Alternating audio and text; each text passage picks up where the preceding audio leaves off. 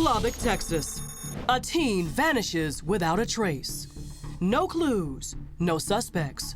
Her disappearance shrouded in mystery. LPD is widening the search for that missing teenager. Her name is Zoe Campos, a beautiful, vibrant, and happy young woman with a love for animals. She's very funny, the biggest heart. Loved to take in stray animals, all kinds of animals, cats, dogs. We always had 2 or 3 of each one, and turtles. She liked turtles. And the fun-loving 18-year-old cherished her family bonds, especially with her mother, Melinda. We were always together, and that's what they would tell me. My family would kid with me and be like, cut the umbilical cord already. That's how close we were. Before Zoe went missing that Sunday evening, she spent the entire day with her older sister, Savannah. She never realized it might be their last. That night, we went out to eat. We went out to have dinner. We went and stopped at the Red Box, got a movie, and then we went home. It was like 11:30, and I told her, I'm gonna go upstairs and go to sleep. I'm tired. And I thought she was just gonna go to sleep too. And next morning I woke up for work and she wasn't home yet, and I thought, okay, maybe she's, with my mom, so I called my mom, and no, and I was calling her phone all morning, but by then it was already going to voicemail. What happened to Zoe after 11:30 p.m. has family and law enforcement completely baffled. The only thing I could think that would get her out of the house is one of her friends saying, hey, come meet me here, or let's go over here. Now, investigators are looking for leads inside a mere 2-hour window of time, and pieces of the puzzling midnight events are missing, along with Zoe.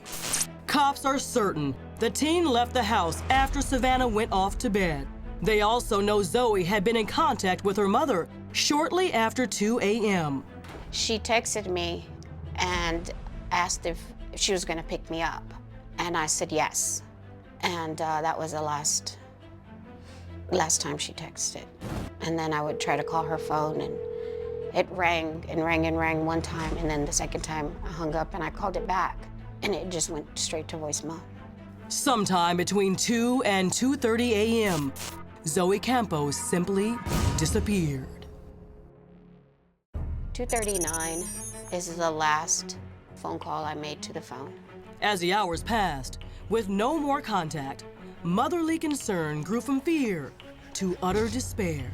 We were calling the hospital to make sure, nothing happened, and we never got anything.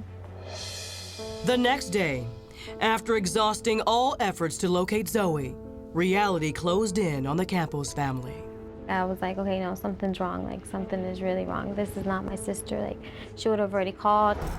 As time went by and the search continued, the Campos family still clung to hope that Zoe would be found alive. Someone knows something. Someone has seen her. Someone knows where she is. But if they didn't find her soon, cops feared the worst. There's a lot of felonies out there that can be committed in a missing person case that ultimately end up with somebody being murdered.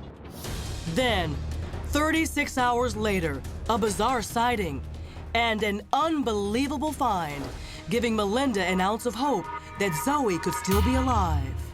We believed at that point she was in danger.